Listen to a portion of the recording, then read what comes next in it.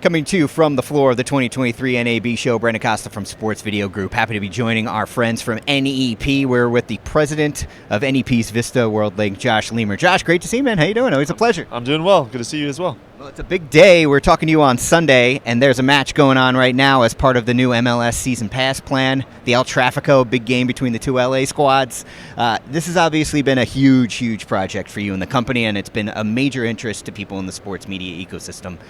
It's about 2 months now into the launch of this MLS Season Pass with Apple TV. Just from you guys, from your perspective, what's it been like getting this off the ground, and how do you feel about it now, a couple months in?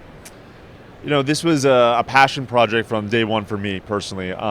VISTA Worldlink has been part of the MLS family for many years. We have been partners for almost 22 seasons. So when this opportunity came about, for me, it was all in. You know, this was exciting. We wanted to take MLS and make them into their own network, and the MLS Season Pass on Apple TV has proven that it's a great content. It's great product, consistency and continuity, and VISTA being part of the NEP group, we were able to unleash the NEP ecosystem and connect all of these amazing locations to deliver what MLS needed for Apple. Now, there's a gorgeous studio in New York. There's your facility down in Florida. Now, when most people think NEP, their heads go to the traditional truck workflows. But how is this different from maybe a lot of things that NEP has done? You know, NEP was always my secret weapon when I was at Independent Boutique, and they're a lot of people's secret weapon. They have unbelievable facilities around the world. They have amazing people. The people at NEP really are what makes the difference. And we've had a really amazing concept. When I first talked to Mike Bertine about joining the NEP group, it was about centralized production workflows, connectivity, and it was like, that's not what NEP has always been about. My great colleague and friend, Jeff Jacobs, always says, this is no longer your father's truck business, and he's absolutely right. With all the facilities coming together, we took a great transmission foundation, and we were able to put together a Metropolis production facility in New York. We have our Washington, D.C. processing region for our Media Bank MAM system that does all the archiving for Major League Soccer. We have our South Florida VISTA facility that is doing a lot of production. We're doing about 400 MLS Next Pro games. We're doing the MLS Next tournaments, and we're doing MLS on Fox from the VISTA facility. Then we move over to our Dallas data center, where all the signals are flowing through. So the Dallas data center is our hub that is processing all of this content, and then we're distributing it to the Apple platform, and that's all being controlled by our LA facility in Van Nuys, California. So it's taking these very powerful facilities, connecting them all together, and really unleashing the power of NEP and the NEP ecosystem. Yeah, the scale is just incredible. As you mentioned, VISTA has worked with Major League Soccer for a long time. You work with a lot of leagues, but MLS specifically, even before the days of this project, what's it about working with that league that feels like it seems to put you guys in an opportunity to really stretch yourselves and try some new things? You know, MLS has entrusted VISTA for many years. There's a lot of times where they may have a challenge, they needed solutions, and we were a solutions provider for them.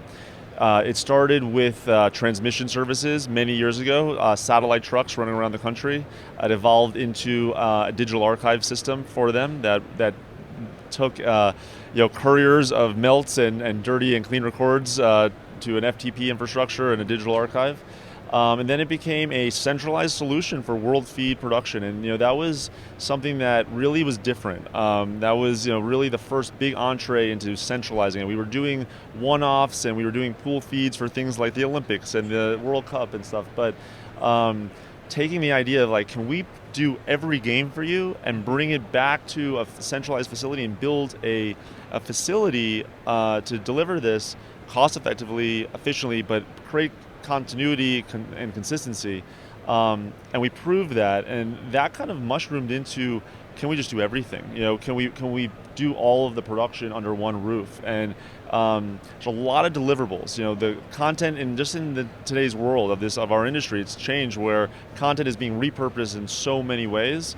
Having a centralized solution allows for that. So there's a lot of distribution. We have an amazing amount of feeds. There's a really high watermark. It's almost 120 different feeds leaving 14 different venues every weekend going to our data center.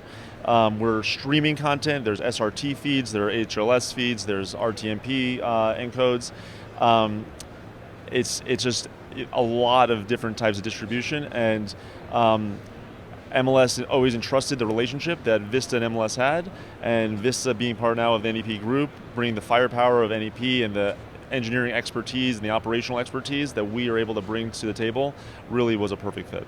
All right, well, last one for you before we let you go. I know you got a busy week here at the NAB Show. It's one of the reasons why I think this project is so intriguing to the industry is obviously there's the business element and the viewership element and all that kind of stuff, but the production model, world feeds, like you mentioned, are things that have been very popular internationally for a very long time, but maybe hasn't always been the model of how things are done in the Americas.